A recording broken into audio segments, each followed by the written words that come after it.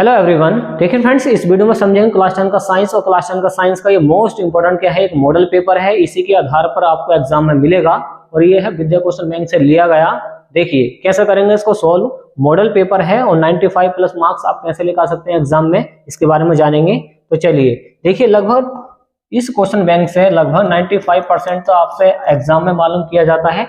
Okay, देखिए इसके जो 20 नंबर के एमसीक्यू आएंगे वो आप जरूर याद कर लेना, और जो लॉन्ग क्वेश्चन बताए जाएंगे उनको भी आप याद कर लेना, जिससे कि आपका नंबर इंक्रीज हो सके एग्जाम के अंदर। तो चलिए करते हैं वीडियो को शुरू। ओके, हेलो एवरीवन, देखिए फ्रेंड्स, ये है विद्या क्वेश्चन बैंक का एक मॉडल पेपर साइंस का, कक्षा 10 का ये विज्ञान का मॉडल पेपर है। जैसे कि आपको पता है कि 3 घंटे 15 मिनट आपको पेपर को करने के लिए मिलेंगे और 70 नंबर का पेपर होगा। तो ये इंस्ट्रक्शंस हैं जैसे कि इसमें दिए गए हैं, जो निर्देश हैं वैसे आपको एग्जाम में मिलेंगे। और शुरू में मिलेंगे आपको ऑब्जेक्टिव क्वेश्चन। देखिए किस तरीके से आ रखे हैं, और ये जो क्वेश्चन है देखिए ये सारे के सारे एक्यूरेट हम पहले ही निकाल चुके हैं, पहले सोल्व कर चुके हैं। तो ये बोर्ड एग्जाम 2024 के लिए मोस्ट इंपोर्टेंट मॉडल पेपर है, ये आपको जरूर सोल्व करके जाना है एग्जाम में। तो चलिए शुरू करते हैं। पहला वाला क्वेश्चन क्या है, देखिए पहला क्वेश्चन है, यदि आपतन कोण I तथा परावर्तन कोण R हो तब अपवर्तित किरण विचलित होगी। तो ये देखिए आपने पढ़ा होगा स्नेल का नियम। स्नेल का नियम क्या था कि साइन I क्या था फ्रेंड्स, वो था साइन, देखिए sine I upon sine R, क्या था साइन R। तो n बराबर था स्नेल का नियम sine I upon sine R। तो देखिए कौन सा वाले क्वेश्चन में ये दे रखा है sine I upon sine R, ये है अपवर्तित किरण के लिए विचलित होगी, क्योंकि ये बताता है कौन, स्नेल का नियम। तो इसका डी वाला इसी वजह से करेक्ट है। देखिए नेक्स्ट वाला क्वेश्चन है, ताप बढ़ाने पर किसी चालक का जो वैद्युत प्रतिरोध है उस पर क्या असर पड़ेगा। अपरिवर्तित रहेगा, मतलब कुछ फर्क नहीं पड़ेगा। बढ़ता है, बढ़ेगा क्यों, देखिए ताप बढ़ाने पर हमने टेम्परेचर बढ़ा दिया है तो वैद्युत प्रतिरोध भी उसका बढ़ जाएगा, उसका रेजिस्टेंस, उसका जो प्रतिरोध है आर का मान वो भी बढ़ता है, याद रखना। तीसरा क्वेश्चन क्या है, देखिए तीसरा क्वेश्चन है कि प्रिज्म द्वारा विचलन अधिकतम होता है। तो देखिए प्रिज्म द्वारा जो विचलन होगा, विचलन का मतलब होता है भटकना या फैलना। तो यहाँ पर जो सबसे ज्यादा रंग फैलता है वो फैलता है बैगनी रंग, याद रखना बैगनी रंग, और सबसे कम फैलता है लाल रंग। चौथा क्वेश्चन क्या है उसको देखें, चौथे क्वेश्चन को समझे। देखिए ये एक न्यूमेरिकल है, ये कैसे सोल्व होगा इसको समझते हैं। देखिए इस न्यूमेरिकल को कैसे हल करेंगे वो देखिए कि एक अवतल दर्पण की वक्रता त्रिज्या 20 सेंटीमीटर है, इसकी फोकस दूरी याद करो। देखिए वक्रता त्रिज्या क्या है, ये आर का मान है, और आर का मान कितना है 20 सेंटीमीटर है, और अवतल दर्पण है तो किसकी होगी, माइनस की होगी। और हमें क्या निकालना है, इसकी फोकस दूरी। फोकस दूरी एफ का मान निकालना, और एफ बराबर होता है r/2। क्या होता है r/2। आर का मान कौन है, माइनस के 20 है तो माइनस के 20 लगा दें, बटे में कौन है 2। अब 2 से इसको कैंसिल करेंगे तो माइनस के 10 बार कटेगा, तो इसी वजह से इसका बी वाला करेक्ट होगा, माइनस के 10। और नेक्स्ट वाला क्वेश्चन देखें, नेक्स्ट वाला क्वेश्चन नंबर 5 क्या है। देखिए क्वेश्चन नंबर 5 है, एक प्रोटॉन पर विद्युत आवेश की जो मात्रा होती है, देखिए प्रोटॉन पर बात की गई है तो 1.6 × 10⁻⁻⁹ कूलम होती है, और नेचुरली यही रहती है प्रोटॉन पर जो आवेश की मात्रा होती है। छठा क्वेश्चन पढ़ें, किसी चालक की लंबाई उसकी प्रारंभिक लंबाई के 3 गुना करने पर उसका प्रतिरोध कितना हो जाएगा। देखिए किसी चालक की लंबाई है L, उसकी देखिए किसी तार की लंबाई उसकी प्रारंभिक लंबाई की, इसकी प्रारंभिक लंबाई की हमने कर दी 3 गुनी, तो क्या होगा, लंबाई 3 गुना करने पर उसका वैद्युत प्रतिरोध क्या, मतलब उस पर क्या असर पड़ेगा, मतलब आर का मान पर क्या असर पड़ेगा। जैसे देखिए एन का मान जैसे हमने 3 गुना करा है तो वैसे आर का मान भी कितना हो जाएगा, 3 गुना हो जाएगा। तो यहाँ पर 3 गुना जो है करेक्ट आंसर है। इस तरीके से आप सोल्व कर सकते हैं, इसको समझ सकते हैं। चलिए नेक्स्ट वाला क्वेश्चन क्या है उसको देखते हैं। नेक्स्ट वाला क्वेश्चन दे रखा है, देखिए नेक्स्ट वाला क्वेश्चन क्या है उसको समझते हैं, उसको समझिए।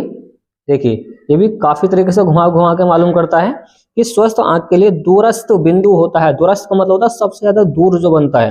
देखिए किसी की आंख ठीक है, बिल्कुल फिट आंख है, तो 25 सेंटीमीटर देख पाएगा वो सही तरीके से, या फिर 25 मीटर तक या 100 सेंटीमीटर तक। देखिए अगर स्वस्थ आंख है तो उसकी आंख जो है अनंत तक देख सकती है। अनंत का मतलब कोई सीमा नहीं है, कहीं तक भी देख सकती है अगर स्वस्थ आंख है तब। तो इसका डी वाला ऑप्शन करेक्ट है। 8वां क्वेश्चन समझे, देखिए इसको ध्यान से देखिए, Fe2O3 + 2Al, और यहाँ पर जो बनी है रिएक्शन Al2O3 प्लस क्या बना है 2Fe। तो देखिए यहाँ पर ध्यान से देखिए, यहाँ पर क्या हुआ है, विस्थापन हुआ है। किसका विस्थापन हुआ है, Fe का। देखिए Fe2O3 की क्रिया हम जैसे Al से कराई है तो Al ज्यादा पावरफुल है, तो Fe को उठाकर बाहर फेंक देगा। इस Fe को उठा के ये बाहर फेंक दिया इसने, इधर को बाहर को निकाल दिया है, तो इसी को बोलते हैं विस्थापन हो जाना। तो इसी वजह से डी वाला इसका करेक्ट है। देखिए 9वां क्वेश्चन समझिए। 9वां क्वेश्चन क्या दे रखा है, इस तरह के क्वेश्चन आते हैं एग्जाम में। कोई विलेन लाल लिटमस को नीला कर देता है, इसका पीएच मान क्या होगा। अब ध्यान से देखें, पीएच मान क्या होगा, कोई विलयन है जो लाल लिटमस को नीला कर दिया है, लाल को कर रहा है नीला, तो वो क्षार होगा। अब क्षार का पीएच मान कितना होता है, देखिए अगर क्षार का जो पीएच मान होता है वो कितना होता है, 7 से अधिक। किससे होता है, 7 से अधिक होता है। और अम्ल का जो पीएच मान होता है वो 7 से कम होता है। अम्ल का जो पीएच मान होता है वो 7 से क्या होता है, कम होता है। अगर उदासीन की बात करें, किसकी, उदासीन की, तो उदासीन की बात करेगा तो 7 होगा। कितना होगा, 7 होगा। अगर क्षार है तो 7 से अधिक है, अम्ल है तो 7 से कम है, उदासीन है तो क्या है, 7 है। तो यहाँ पर बोला गया है कि लाल लिटमस को नीला कर देता है, इसका जो पीएच मान होगा वो कितना होगा, इसका पीएच मान होगा 7 से अधिक। और 7 से अधिक कौन से वाले ऑप्शन में है, पहले वाले ऑप्शन में है। 10 बना रखा, देखिए यहाँ पर भी एक था, यहाँ पर भी एक था, यहाँ पर आप 0 लगा दें क्योंकि 7 से अधिक तभी तो होगा। तो इसका जो मतलब इसमें प्रिंट में गड़बड़ है थोड़ा सा, तो यहाँ पर 0 लगा दें, यहाँ पर 0 लगा दें, वही इसका आंसर हो जाएगा। 10वां क्वेश्चन देखिए काफी बार आ चुका है ये वाला क्वेश्चन कि निम्न में प्रबल क्षार कौन सा, पावरफुल क्षार कौन सा है। कैल्शियम हाइड्रोक्साइड है, पोटेशियम हाइड्रोक्साइड है, मैग्नीशियम हाइड्रोक्साइड है, अमोनियम हाइड्रोक्साइड है। तो पोटेशियम हाइड्रोक्साइड सबसे ज्यादा प्रबल क्षार होता और प्रबल क्षार माना भी जाता है। ओके, देखिए 11वां क्वेश्चन क्या है उसको देखिए। 11वां क्वेश्चन इसमें दे रखा है, क्या है, सल्फ्यूरिक अम्ल में अम्लीय हाइड्रोजन परमाणु की संख्या कितनी होती है। तो सल्फ्यूरिक अम्ल क्या होता है, सल्फ्यूरिक अम्ल होता है H2SO4 और इसमें हाइड्रोजन परमाणु की संख्या कितनी है, 2। कितनी है, 2। यहाँ पर H कितने हैं, 2 हैं। तो इसी तरीके से इसका ऑप्शन कौन सा होगा, पहला वाला करेक्ट हो जाएगा कि सल्फ्यूरिक अम्ल में अम्लीय हाइड्रोजन परमाणु कितने हैं, 2 हैं। और 12वां क्वेश्चन क्या है कि निम्नलिखित में से कौन सी धातु अम्ल से हाइड्रोजन विस्थापित नहीं करती है। तो अगर अम्ल से हाइड्रोजन विस्थापित नहीं करती है वो तो कॉपर नहीं करती। याद रखें, कॉपर जो है अम्ल में से हाइड्रोजन गैस नहीं निकालती है। कौन, कॉपर। 13वां क्वेश्चन देखें, ये भी काफी बार आ चुका है कि निम्नलिखित में से क्या है क्वेश्चन कि निम्नलिखित में से अम्लीय लवण कौन सा है। तो अम्लीय लवण माना जाता है इसमें सोडियम बाइसल्फेट NaHSO4। NaHSO4 याद रखना, NaHSO4। तो इस तरीके के इसमें ऑब्जेक्टिव क्वेश्चन आए हैं, आप समझ सकते हैं। चलिए आगे देखते हैं आगे क्या क्या रखा है इस मॉडल पेपर के अंदर। चलिए आगे आपको क्वेश्चन मिले इस तरीके से, क्या है क्वेश्चन वो देखिए। 14वां क्वेश्चन क्या है उसको देखें कि यकृत स्रावित करता है। ये मोस्ट टाइम की क्वेश्चन है कि यकृत क्या निकालता। तो यकृत निकालता पितरस। क्या निकालता फ्रेंड्स, पितरस निकालता। याद रखना इसको कि यकृत क्या निकालता, पितरस निकालता है। और 15वां क्वेश्चन है कि पादपों में जाइलम का जो कार्य होता है वो जल का संवहन करना होता है। मतलब देखिए पादपों में अगर जल को जो लेकर जाएगा तो वो लेकर जाएगा, देखिए जल। 15वां क्वेश्चन ये है कि पादपों में जाइलम का जो कार्य होता है, देखिए जाइलम, जो जाइलम काम करता है वो जल का संवहन करता है। फ्लोएम जो काम करता है वो खाने का, भोजन का करता है।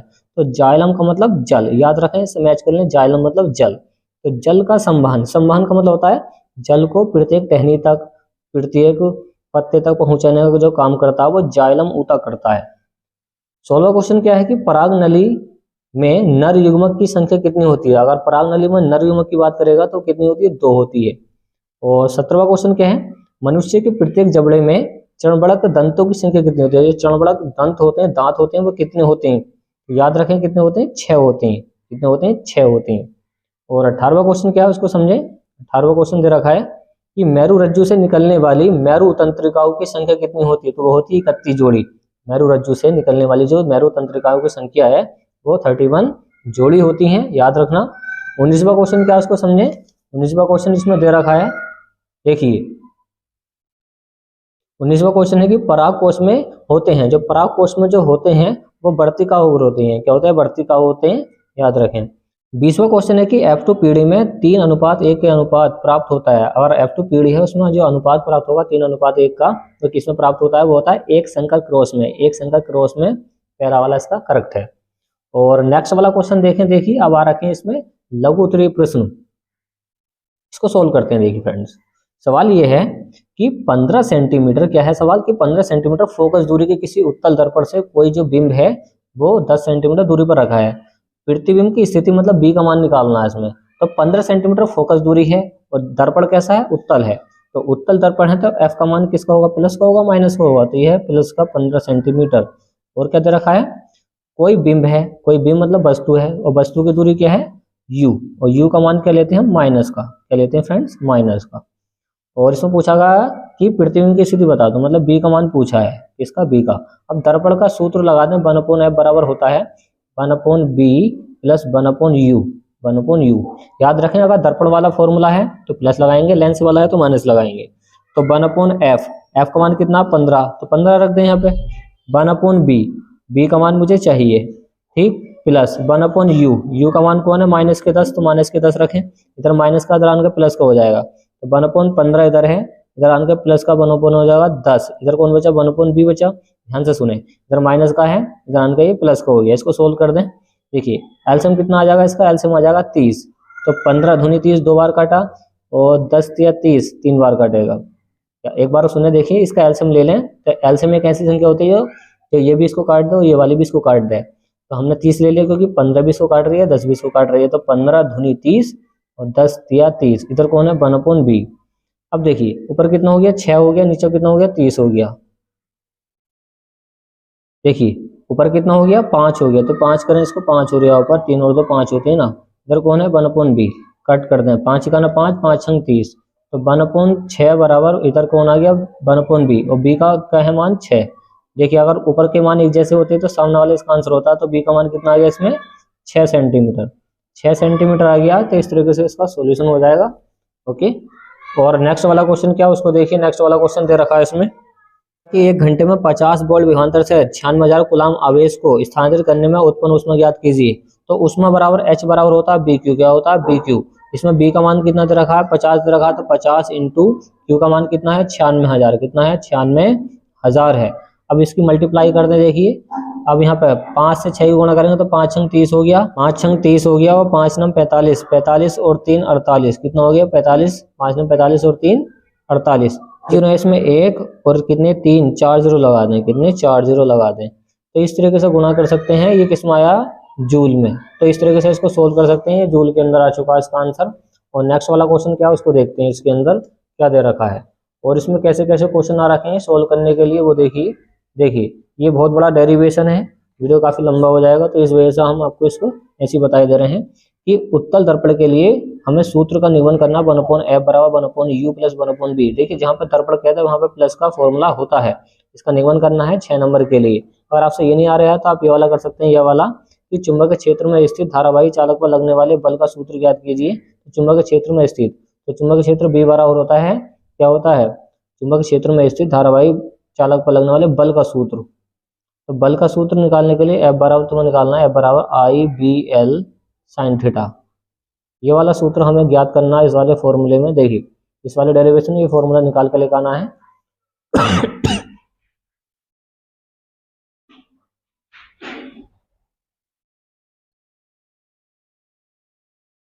और देखिए आगे क्या रखा, अब आ चुकी है केमिस्ट्री। देखिए केमिस्ट्री में कौन कौन से क्वेश्चन आ रखे हैं, तो इसमें समझे। देखिए इसमें क्वेश्चन आ रखे हैं निम्नलिखित समीकरणों को संतुलित कीजिए। तो संतुलित करने के लिए आपको इसके सारे के सारे जो तत्व है परमाणु उनको पूरा करना है। देखिए इधर हमने 6 से गुणा करके कार्बन पूरे कर दिए हैं, इधर कितने कार्बन हो गए 6, इधर 6 से गुणा करके कार्बन भी पूरे कर दिए हैं, वो पूरे कर दिए हैं, H भी पूरे कर दिए हैं, सब गुणा गुणा करके पूरे करते हैं। चलो आप आपको एक बता देते हैं हम लास्ट वाली, Fe कितनी है 3 है, और Fe यहाँ पे देखिए लास्ट वाली बताते हैं इसमें कि Fe 1 है और यहाँ पे Fe कितनी है 3 है। तो यहाँ पर अगर आप 3 से गुणा कर देंगे तो Fe कंप्लीट हो जाएंगे, Fe 3 हो गए और Fe 3 हो गए Fe। और चेक करें वो कितने 4 हैं, यहाँ पे वो कितने हैं 1 हैं। तो यहाँ पर तुम क्या करोगे, तुम करोगे यहाँ पे 4 से मल्टीप्लाई, 4 से मल्टीप्लाई, तभी तो 4 O होंगे, 4 दूनी H, 4 दूनी 8, 4 दूनी 8 H हो गए। H गिनना है इसमें, H कितने हैं 2 हैं। 8 H पूरे करने के लिए 4 से इधर गुणा करनी पड़ेगी, 4 से करनी पड़ेगी ना, 4 दूनी 8 तभी तो H पूरे होंगे। तो इस तरीके से आप इनको सोल्व कर सकते हैं, बस आपको ये बैलेंसी आनी चाहिए। अगर नहीं आती है तो आप अलग से इसकी वीडियो देख सकते हैं। छठा क्वेश्चन क्या है कि ब्लीचिंग पाउडर, देखिए मोस्ट टाइम पे वाला क्वेश्चन, ये आपको जरूर तैयार करके जाना है कि ब्लीचिंग पाउडर या व्यंजन चूर्ण का रासायनिक नाम बताओ, इसके बनाने की विधि और उपयोग भी लिखिए। मोस्ट टाइम पे है 6 नंबर के लिए। और नेक्स्ट वाला जो क्वेश्चन आपको जो तैयार करना है क्या है कि अयस्क के सांद्रण से आपके समझते हैं अयस्क के सांद्रण की मुख्य विधि क्या होती है। तो अयस्क का सांद्रण क्या होता है, देखिए एक बीकर लेते हैं, बीकर लेने के बाद में कुछ अयस्क को घोल कर डाल देते हैं और उसमें तैरने लगते हैं झाग। उन झागों में जो अयस्क होते हैं वो निकल जाते हैं शुद्ध हो गए। और अधवा में दे रखा, अगर आपसे ये नहीं आता तो रासायनिक अभिक्रिया कैसे कहते हैं, कितने प्रकार की होती है। अभी रासायनिक अभिक्रिया क्या होती है, देखिए, जब दो या दो से अधिक तत्वों को आपस में क्रिया कराते हैं तो एक नए तत्व का निर्माण होता है, जिसको बोलते हैं रासायनिक अभिक्रिया। कितने प्रकार की होती है ये देखिए, इसमें संयोजन अभिक्रिया, वियोजन अभिक्रिया, विस्थापन अभिक्रिया, द्विविस्थापन अभिक्रिया, इस टाइप की अभिक्रियाएं आती हैं, तो कई प्रकार की होती हैं। और आगे देखिए, आगे क्या दे रखा है, आगे आपको मिलेगा। और देखिए आगे आपको क्या दे रखा है इसके अंदर, ये वाले क्वेश्चन भी आपको जरूर तैयार करने हैं कि अमाशय किसे कहते हैं। अमाशय पेट जो होता है, इसके मुख्य कार्य लिखिए। तो अमाशय क्या होता है, एक पेशीय संकुचन की एक थैली सी होती है, इसमें खाना भरा रहता है और खाने को पचाने का काम करता है कौन, अमाशय। और तीन प्रमुख कार्य यही है कि इसके अंदर खाना जाता है, उसको पचाता है और पितर से निकालता है, बहुत सारे काम होते हैं, इसको पढ़ लेना। नवा क्वेश्चन क्या है कि गर्भ निरोधन की विभिन्न विधियां कौन सी होती है। तो गर्भ निरोधन मतलब बेबी को या प्रेगनेंसी को रोकने के लिए कौन कौन सी चीज़ों का यूज करते हैं, वो गर्भ निरोधन की विधियां हैं। जैसे कि कॉन्डोम का यूज करना, पिल्स लेना, गोलियां खाना और बहुत सारे नसबंदी कराना, ये सब क्या होता है, गर्भ निरोधन होता है। तो इसके बारे में आपको लिखना है। दसवां क्वेश्चन दे रखा है कि स्वीय परागण के लिए आवश्यक अनुकूल तथा इनके लाभ व हानि लिखे। तो इस तरीके का क्वेश्चन आ रखा है कि स्वीय परागण के बारे में आपको लिखना है। और नेक्स्ट वाला क्वेश्चन जो 6 नंबर का रखा है कि मुख से लेकर अमाशय तक होने वाली पाचन क्रियाओं को प्रभावित करने वाले विकारों का एंजाइम्स के नाम लिखिए। अब देखिए, मुख से लेकर अमाशय तक मुंह में जो एंजाइम पाए जाते हैं